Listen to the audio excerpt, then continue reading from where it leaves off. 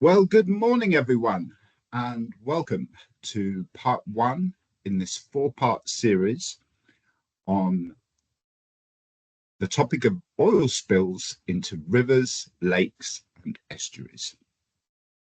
We're going to give some stragglers a minute or so to join us. But while they're doing that, let me introduce myself. So my name is Tristan Barston, and I have recently got a new title. So I am now Principal Preparedness Solutions Advisor for OSRL in the Americas. I've been with OSRL now 18 years and have a lot of experience responding to incidents and preparing for incidents throughout West Africa and over here in North and South America. And one of the challenges that we face when we're looking at responding to oil spills is especially oil spills in these confined environments. So the rivers, the lakes, and the estuaries. So in this four-part series, what we're going to look at is first how we prepare for oil spills. What things do we need to look at? What things do we need to take account of? And then as we go through, we're going to look at response techniques, how we can effectively and efficiently respond to oil spills in this marine environment, or this particular environment. And then we're going to look at the equipment that we can use. And then finally, we're going to tie it all together and run through how we can build ourselves an efficient and effective response capability based upon the oil spill risks that we face.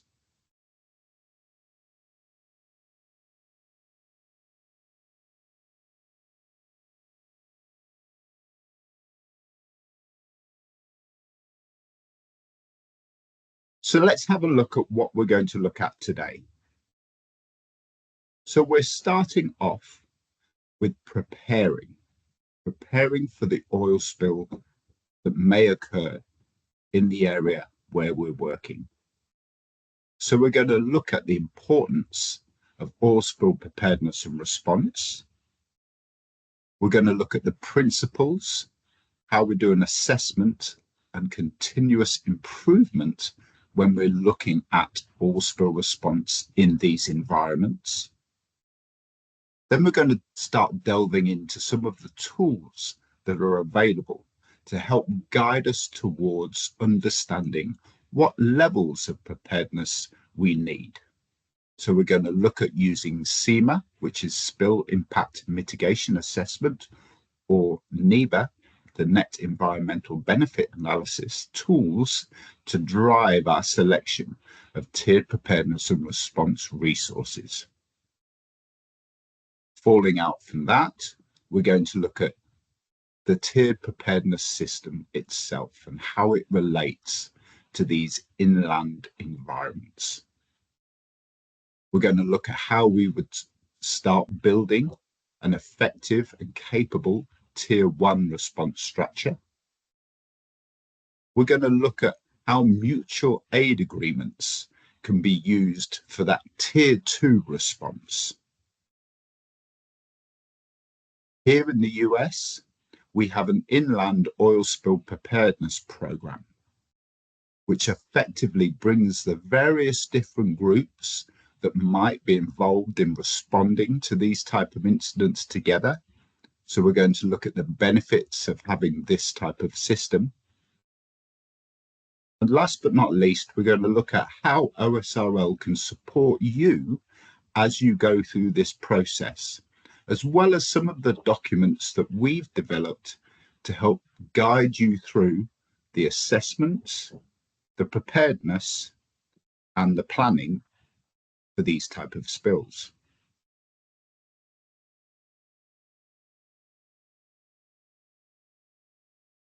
So, why do we prepare for incidents?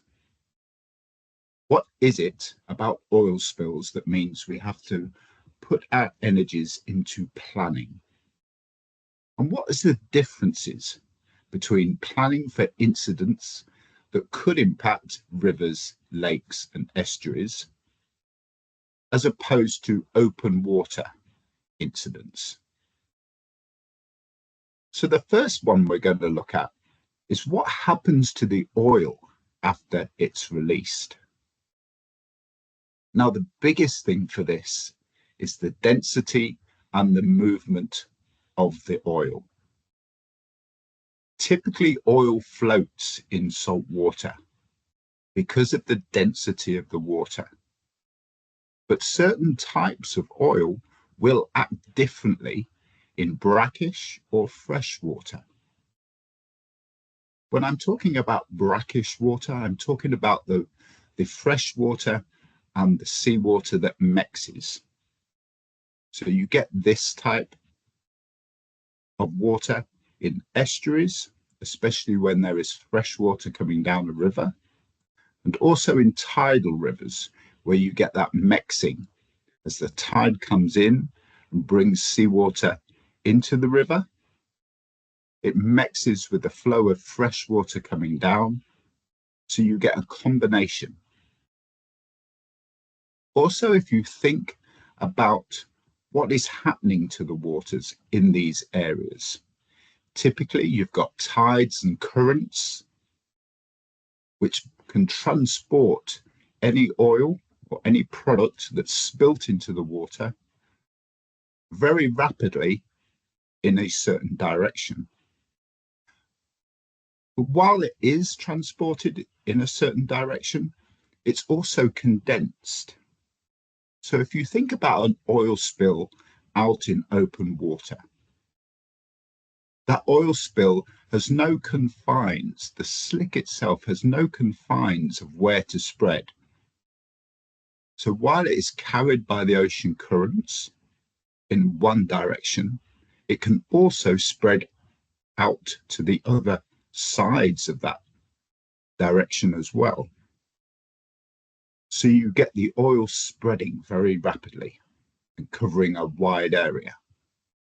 That can be beneficial to us because it exposes the oil to sunlight, to the air, allows it to evaporate, especially in warmer climates, allows it to evaporate quicker.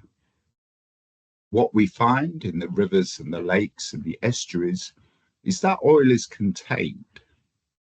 So it's held in by the riverbanks, by the shorelines. So you don't get that spread. In some ways that can aid us in our response operation because it concentrates the oil to a specific area. But in other ways it can harm us because along the rivers and in estuaries, there are structures. So bridges, dams, piers, where this oil can collect. It can slow its movement, aiding cleanup. And I'm sure we've all looked at the rivers and the areas where we're working, and we'll see an area along the bank where you've got an amalgamation or a collection of waste materials that seems to have gathered in a certain point. We call that a natural collection point. And when we're carrying out our assessment of where the oil is going to go, it is highly likely that if other floating items in the water gather in these points, then any oil spilt into these areas is also going to gather in these points.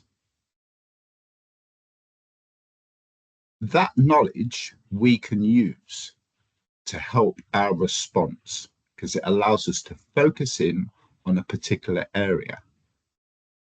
But it also brings challenges because if there is already waste materials in this collection point, and then the oil is brought into this collection point as well, we now have oiled waste that we then have to treat and put through our waste management program. Added to this, a lot of the riverbanks and the estuaries have heavily vegetated riverbanks, which adds to that amount of waste that's generated. So when we do our assessment, what we're looking for is to understand if oil is spilt from a specific site, where is it going to go? With the environmental impact, typically these areas do have a more fragile, confined ecosystem. And because the oil can move so quickly, these areas can be impacted quickly by an uncontrolled release. And that reduces the amount of time that we have to respond, to protect a certain area, or to remove the oil from the surface of the water. Which makes sense if you think about it. If you have an oil spill response capability and it takes you 30 minutes to mobilize your team and to bring the equipment down to the source of the spill, but you're on a river that flows at a rate of 4 knots, 30 minutes is an excellent time to launch your response. But in those 30 minutes, the oil has now moved 2 miles down the river. So responding to the source of the spill might not be as effective. You need to be able to get in front of that spill to stop the slick spreading any further.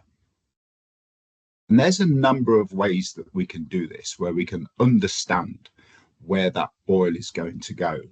We can plan for this, and we're going to talk about those later on.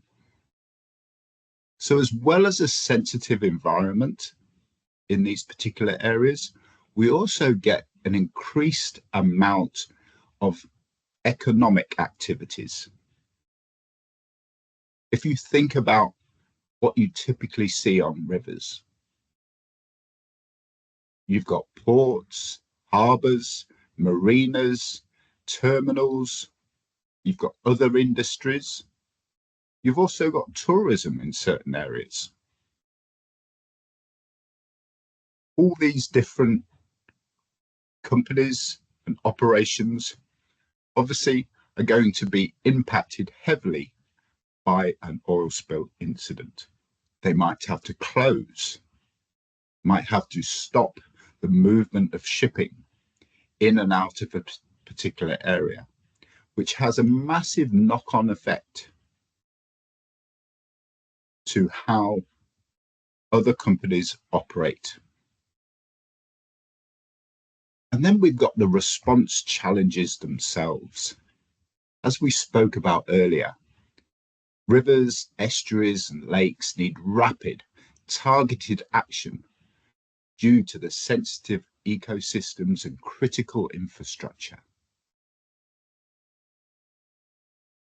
Which means that we need to know beforehand where we're going to take our response equipment, how we're going to deploy our response equipment, and what support do we need to effectively prevent any more of the area being impacted. Tied into this is communication. If you're running an operation, maybe a marine terminal, and you have an oil spill, you don't want the companies around you to learn that there's been an oil spill when they go down to their quayside and see oil in the water. You need to build those relationships up beforehand through a series of drills, of exercises, so you can all learn together. If there is an incident, this is what we will do. to help minimize the impact on not only your own operation, but also that of those around you. And that differs obviously from our typical open water response, which give us a little bit more time to be able to make these notifications. So for these smaller confined incidents, we don't have that time at the beginning of the response. So we have to make a decision and act quickly. And there's three main ways that we do this. First of all, for the organization that we work for, and especially for us as response professionals, we have to understand what our guiding principles are. Those of you that have done the IMO level trainings with Oil Spill Response, actually now they're OPRC trainings, so the managing body has trained, but I'm sure you can remember the acronym that we use when we're talking about coming up with our response objectives. And that acronym is PEARL, P-E-A-R-L. And the P, I'm sorry, I've got everybody on mute, but I'm sure at least half of you are yelling at your computer screen now, going, oh yes, people. People first. As I've said, I've worked in this industry now for 18 years and been on multiple responses and multiple drills and exercises. We have never had a serious injury in any of those because of OSRL's guiding principles. The first one being protect the safety and health of people, not just our responders, but also the local community around us. It's very important that whatever we choose to do focuses on keeping people safe. Next, we have the E, which is obviously environment. How do we minimize that negative impact on our environment? And the ways that we can do this, obviously to stop the source of the spill as quickly as possible, to minimize the spread of oil, so contain it in one particular area. But talking about that, while containment is excellent for a lot of products that we deal with, think about some of the risks for the light products, for the gasoline, for the aviation fuels. What are some of the challenges if we were to contain that in one small area, especially in the warmer climates that we have here in the Caribbean and in South America? We're obviously going to start generating a lot more vapors, flammable vapors. So in our planning process, that's something that we have to take account of. We then want to obviously minimize the oil getting in the water in the first place.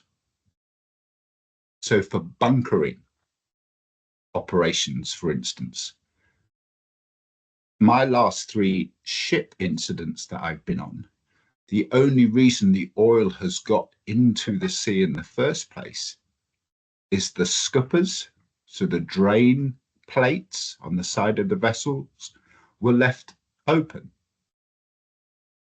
So with training and this continuous improvement, what we want to make sure is we highlight the reasons behind the incident and how we can best train people and give them the knowledge to know why it's important to do certain things.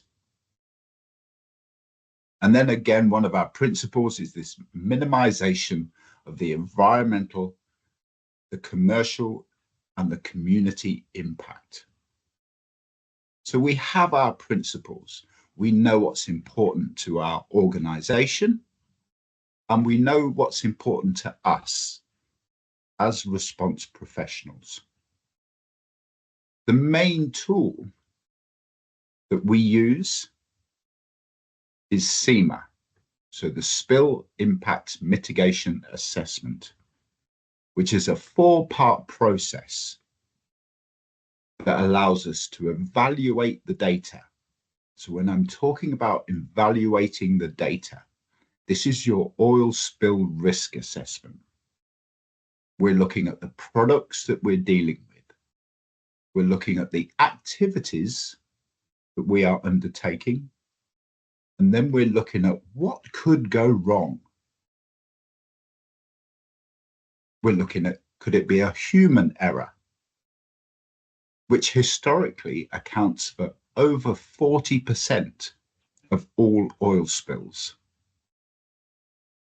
Then we have a failure of infrastructure. Then we have natural disasters.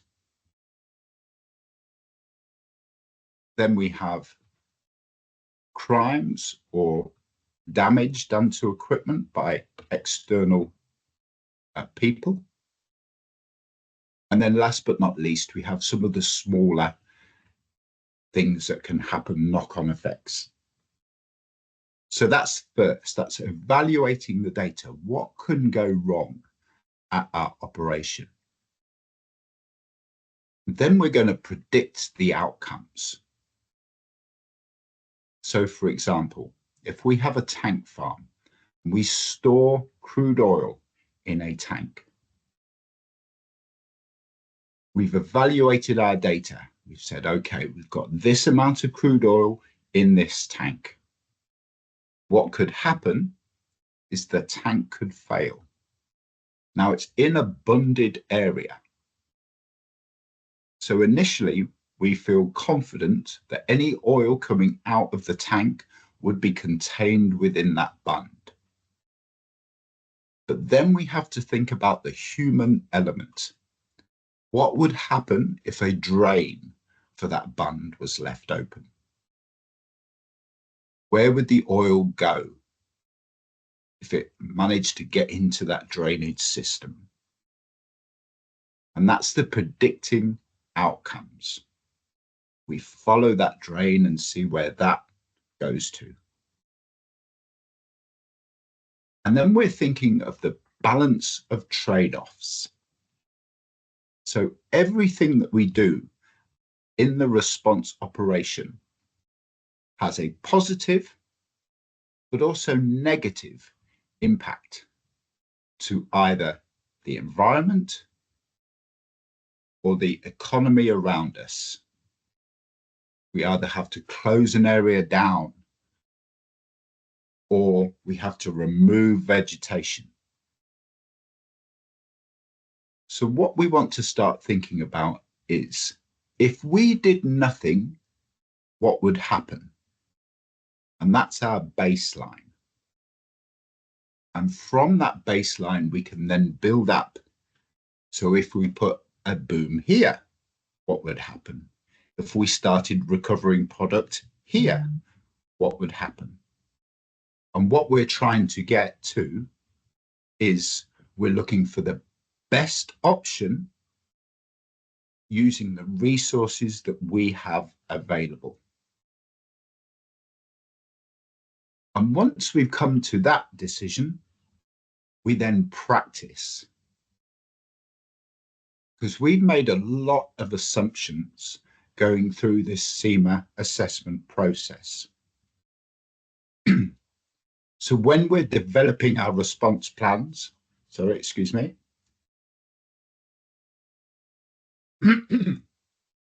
when we're developing our response plans, we want to look at historically what has happened in our area. We then want to run drills and exercises to test our assumptions. Is what we think going to happen actually going to happen? We also want to do some risk assessments on those actions. It's all very well saying we can put boom in here. in a particular location. But perhaps it could be that access to that area is very difficult. And to get the boom or the response resources we need down to that area, it means people have to physically carry them 200 meters over broken ground. If you remember our guiding principles, protect the safety and health of people. Is there any way that we can limit that exposure? Is there another way we can bring resources in? So those risk assessments on our response activities are very important. And then also this stakeholder engagement. We need to work with the community around us, with other operators, with other business owners, with the local population, to make sure that not only do they know that if an incident was to happen, that we are prepared for this incident and have the capability to respond, but they also need to know what their role is if an incident was to happen. And that could be as simple as keep themselves safe. So stay away from the operational area. If any of you have been on responses before, I'm sure you've had similar experiences to me, where you feel like you're on a shoreline in the middle of nowhere and you're carrying out your response operation, and you look up 5 minutes later and there's a crowd of people watching what you're doing. We have to make sure that we don't attract, or we limit the attraction for people to come and see what's happening. Not because we're trying to hide anything, but because we want them to be safe. And there are safer places for non-essential people to be than on an active response site.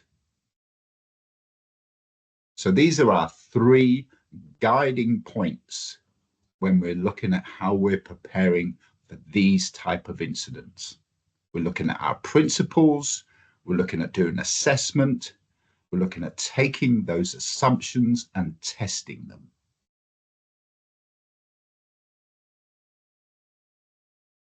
So our NEBA-SEBA process is used to make sure that we have the right resources on hand. And that first point, that evaluate the data, assess oil location and drift using trajectory models. Now, there are very good computer-based models out there. But those of you that work in nearshore and river environments, river, lakes, estuaries environments, you know that there are specifics to your river system.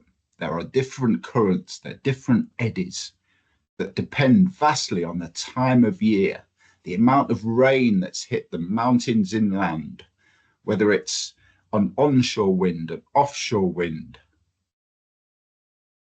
So what it really helps us to do is to do some practical operations to see where the oil is likely to go. And one of the ways that I like to do this is we use drifters. Now, drifters are a device that float in the water that mimic how oil would be transported. You can buy GPS tracked drifter systems that send their precise location to satellites, which you then can download onto GIS maps. Or you can go even simpler, where you can use things like oranges. So oranges float in the water, relatively similar to oil, where there's 2/3 to 3/4 of the orange underwater that will get impacted by the current, And then there's a third to a quarter of the orange above the water line, which gets impacted by the wind. They're also, as the name suggests, orange, which allows you to have a small vessel, put them in the water at the source, and then track where they go. And you can mark them on a chart or a map or even a picture that you've printed from Google Earth and see where they go at a particular state of the tide or a particular wind condition. Whatever it is that you think, if we're faced with these weather conditions, it could make the situation worse. It also gives your response team an opportunity to practice small boat operations. They get to know the river, they get to know how to handle the craft, and they also are able to see if there is a particular collection area that these drifters are collecting in. You'll know, well, that's a likely area that the oil is going to collect in. And if it takes your emergency response team 1 hour to mobilize, to get the equipment and get on the water, in your planning, you can put the drifters in the water for an hour and see where they go. So when you actually have to respond to an incident, touch wood you won't, but if you were, you have a good idea about where the oil is likely to go. We also need to understand weathering that is going to impact the oil as it moves around in the surface of the water. If you think about light products like gasoline, aviation fuel, they're going to evaporate rapidly. What's one of the main concerns we have with evaporating product? It's going to be its flammability. What's the likelihood of it coming into a source of ignition? If we look at what's happening in the UK currently with the Solong and the Stella Immaculate, the Stella Immaculate was carrying aviation fuel,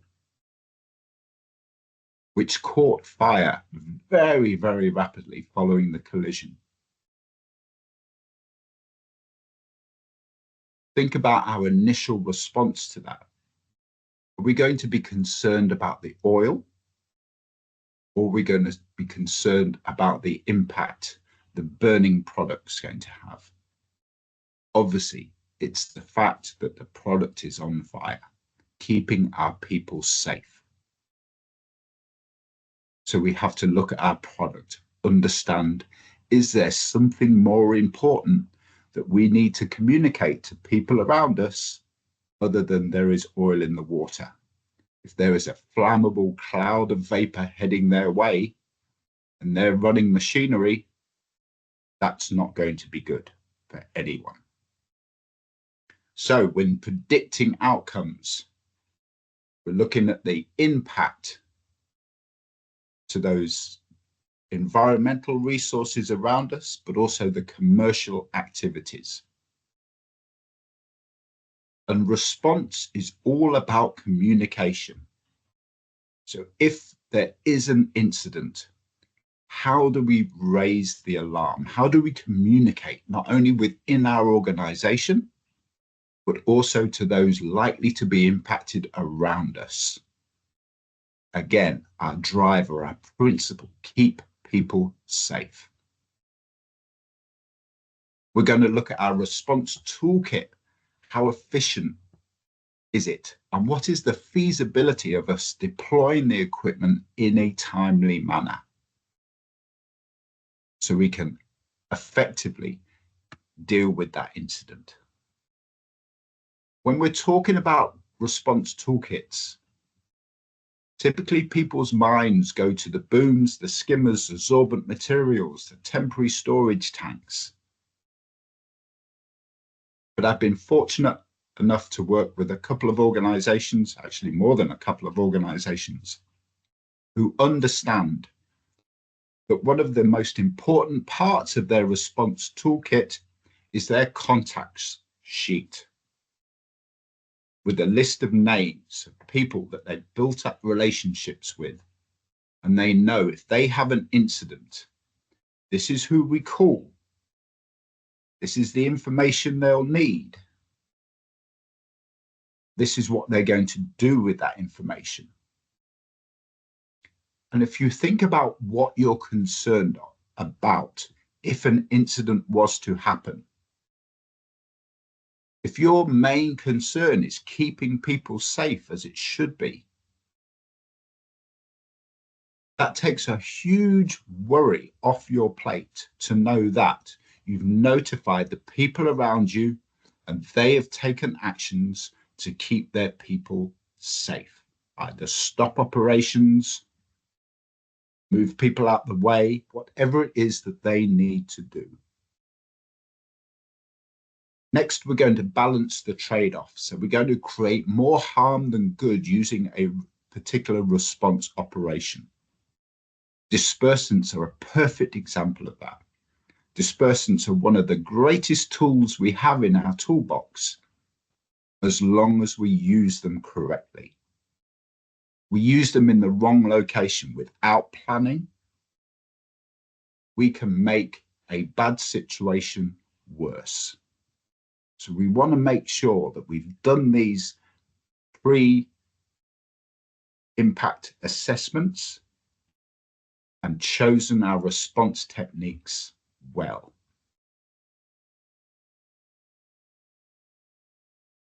And then tiered preparedness. I'm sure everybody's aware of what tiered preparedness is. I'm not going to spend long on this slide. But OSRL use a 15-point model that covers each element typically involved in a response operation. And the first one at the 12 to 1 o'clock segment of this circle is communication and assessment. How are we gathering more information about the incident? For those of you that have dealt with incidents before, you know you are trying to make the best decision that you can with the limited information that you have available during those initial stages. We never have all the information we could ever want during those initial stages. So it's important in our planning process that we identify what is the essential information, the minimum information that we need to make a good decision. Once we have that clear in our minds, we know what level of response resources we need to gather that information. And that's the tier 1 level. What do we need to immediately respond to the incident?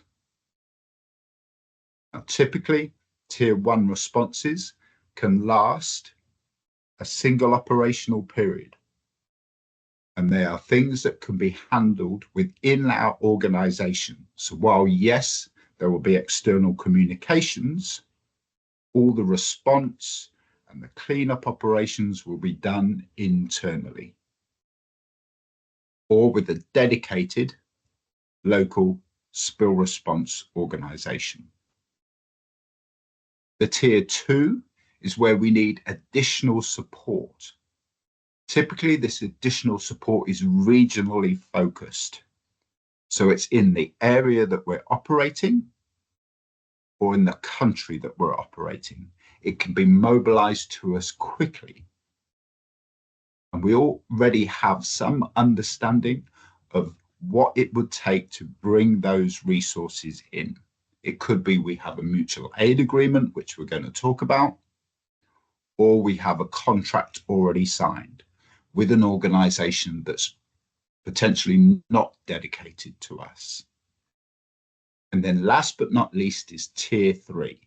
Tier 3 are those additional technical resources. So the larger scale response equipment, the longer term monitoring resources that we need. This is where we are faced with a complex situation that could have long-term impacts to the area that we're operating in. So Tier 1, when we're looking at building a capable response structure for a Tier 1 response, first and foremost, we're looking at responders. Who do we have on site who can effectively respond to an incident? If you think about where you work now, how many people do you have on that site? Because your ability to respond to an incident is going to be really heavily impacted if you have 6 people working there as opposed to 60 people working there. So the amount of resources that you have available, the amount of equipment that you have available will be driven initially by the amount of people that you have to deploy and manage that incident. What we're also looking for at a Tier 1 level is equipment that can be rapidly deployed. Things like sorbent materials are very useful for this. We also want to know where we can go for additional support. Is there another asset within our organization where we can mobilize some additional people, some additional equipment to come in and help? But this additional support is local to us. It shouldn't take more than 4 hours for those resources to arrive at our location to help deal with this incident. So that's what we're looking at when we're talking about Tier 1. This is the response resources that come out of our SEMA assessment. We've chosen what's the best response technique we can do with the people and the equipment that we have. But I'm sure you're all aware that it's not as simple as training responders and buying equipment and coming up with a plan. We have to make sure that not only do we carry out regular training, drills, and exercises for these resources, we also make sure that we maintain not just our responders' competency, but also our equipment's effectiveness. For those of you that have been in responding to emergencies for any length of time, I'm sure that you've come or been in a situation where you've gone to your equipment stockpile, you've opened the bags with the sorbent material, you've put your hand in, grabbed the end of the boom, pulled it out of the bag, and ended up with 2.5 feet of boom that's been degraded by the sun and the heat, and now is useless to you. So we have to make sure that our Tier 1 capability is supported by maintenance, continual training and improvement. Tier 2. So Tier 2 is where our dedicated resources for this oil spill response operation, for the risks that we face, have been overwhelmed. It might be nothing to do with the amount of oil spilled. It might be the particular weather conditions for that day. As I mentioned, I was I've been in oil spill response now for 18 years. For the first 7 years of my time with the company, I never spent a Christmas or a New Year at home. And it's not because my family don't like me. It's because we were always mobilized during this time. And if you think about the reasons why, it's the holidays.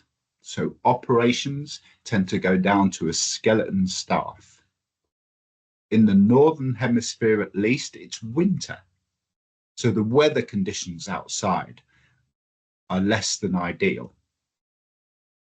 And the human element comes in. If it's 10 o'clock at night, people look out the window and the snow's coming in horizontally, and it's minus 22 or minus 12 Celsius.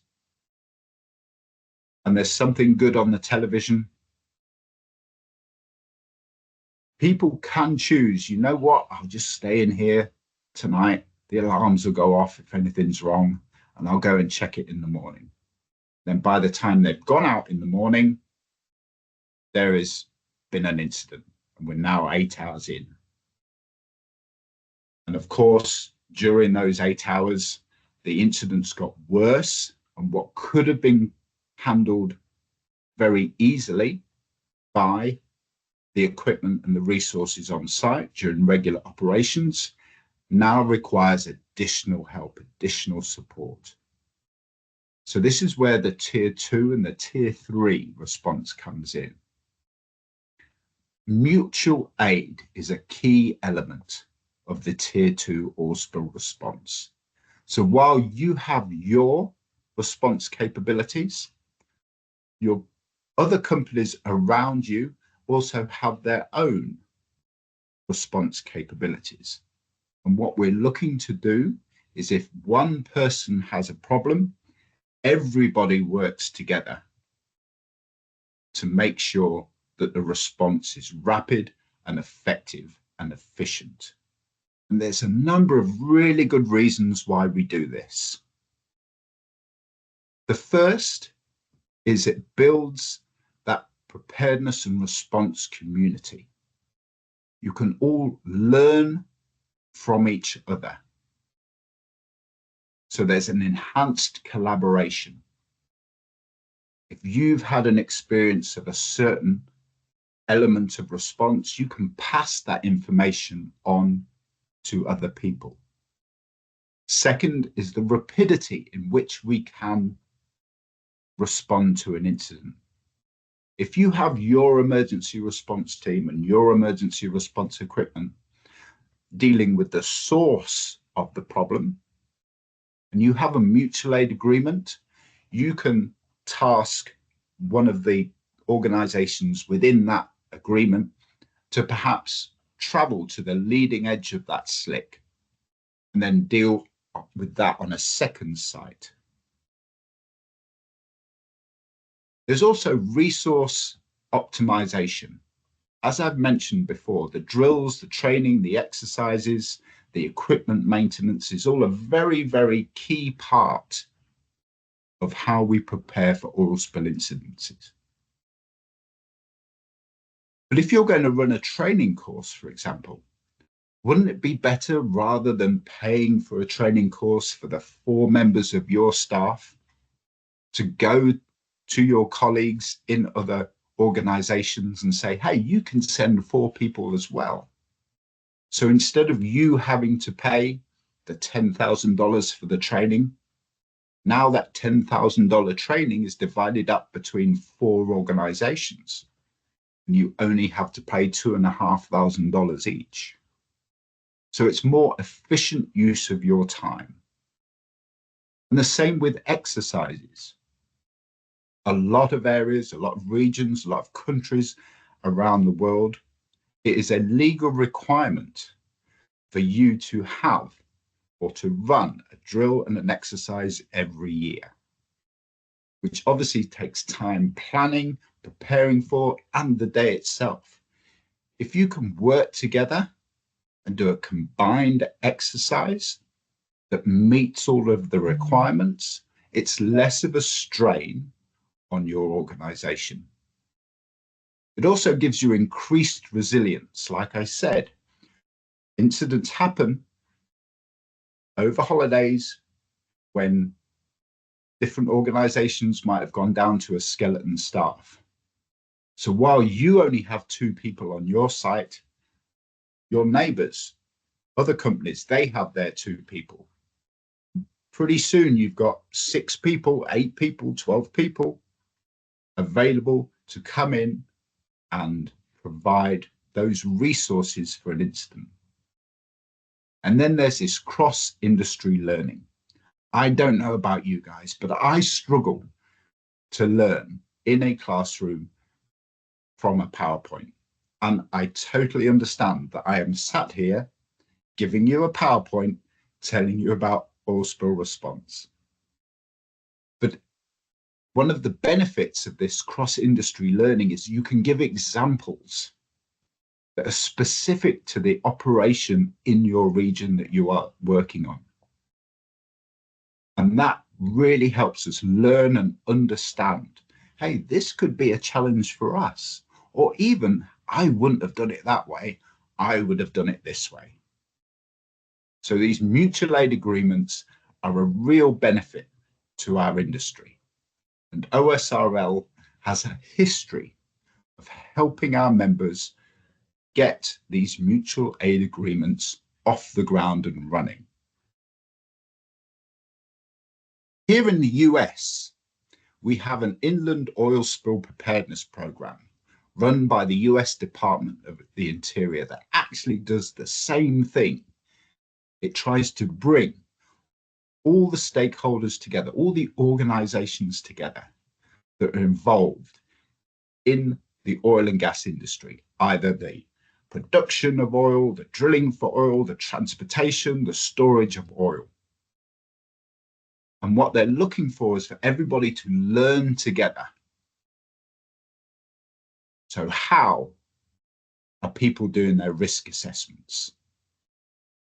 How are people developing their response strategies, carrying out training? How can we all work together and engage with the local community? And this is a very good template to use when we're talking about setting up mutual aid agreements in other countries as well. Because the benefits that we see are obviously an efficient response, reduced environmental impacts or even commercial impacts from incidents, improved coordination. You don't want the first time that you speak to your opposite number, either in another company or in a regulatory office, to be when you've had an incident. And also this increased public confidence. If you've carried out drills and exercises and they've been reported in the local newspaper, the local community will see your organization as one that's not only aware of the risks of their operation, but are also prepared to respond if something goes wrong. And that gives them a sense of confidence.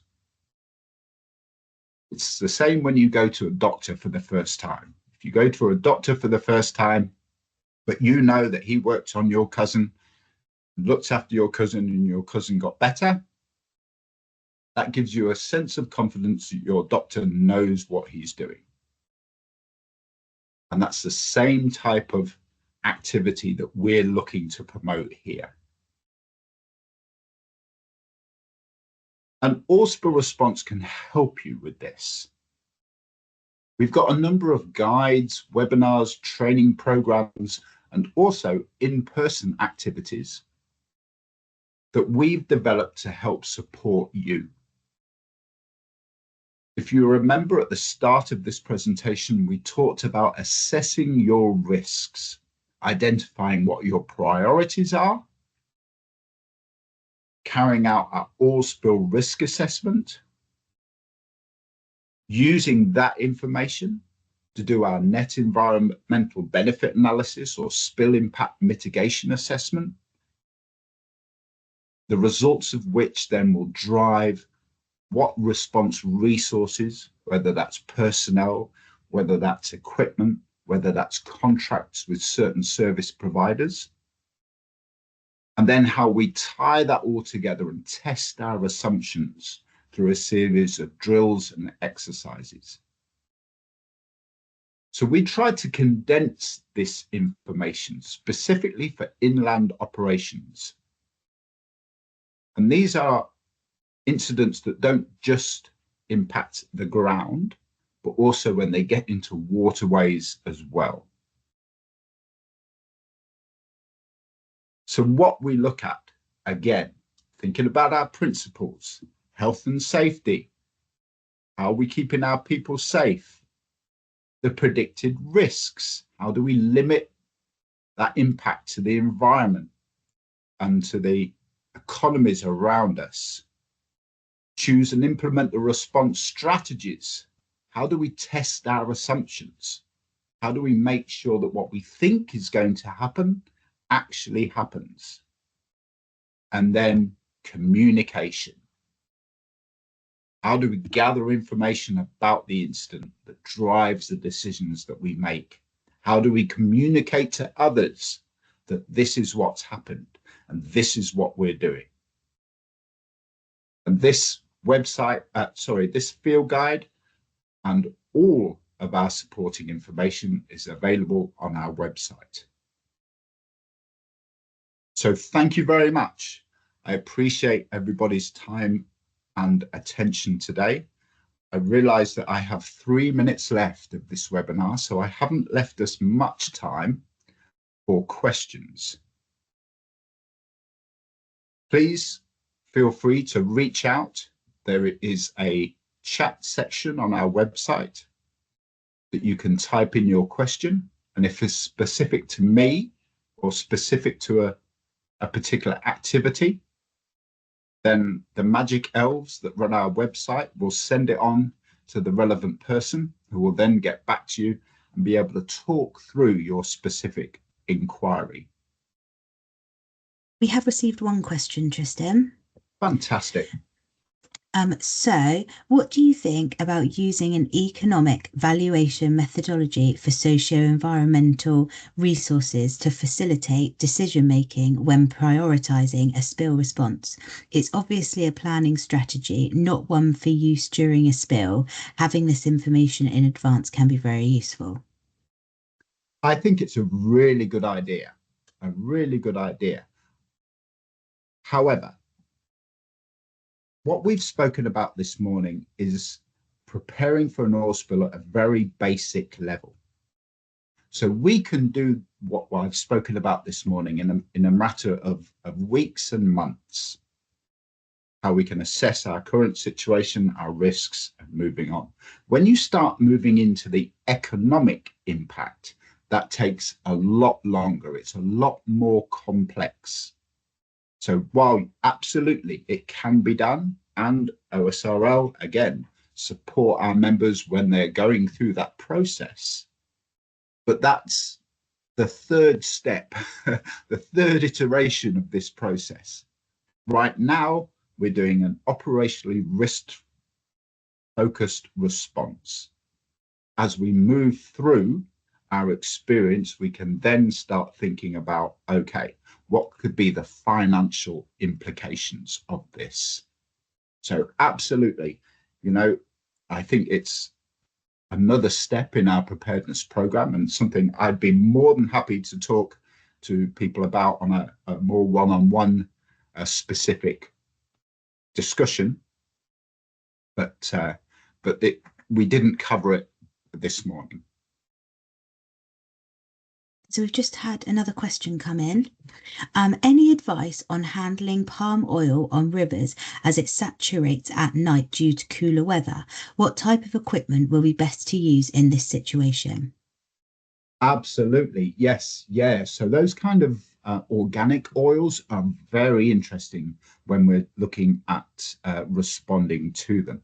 And obviously containment is our initial response. So however we can contain that product as quickly as possible.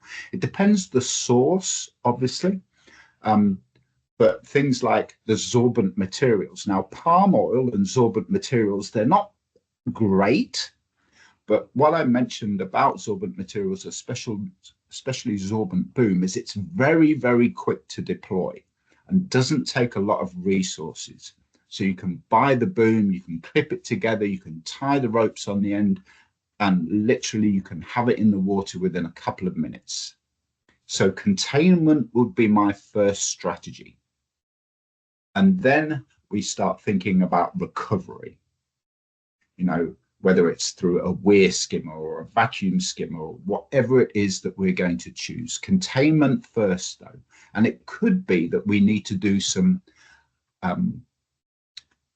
pre-operation containment. Is there an opportunity for us, if it's loading into a vessel, for example, or a barge, is there an opportunity for us to put boom around the vessel during the loading operations? If it's another scenario that we're looking at, we're going to see how we can prevent that product impacting the waterway at the first place.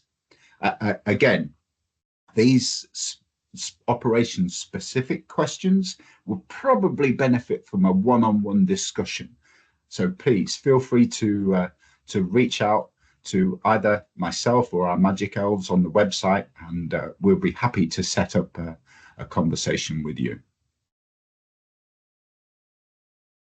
Yeah, I'll note down your names, guys, and we'll get in contact with you.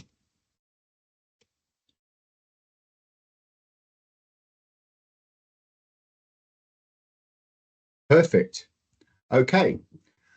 Well, I hope to see you on the second part of this webinar series, where we're going to be looking at the response resources themselves. So we're going to be talking about the equipment itself that we could use for these type of spill scenarios, and also the logistical support that we need to make sure that they can be deployed effectively.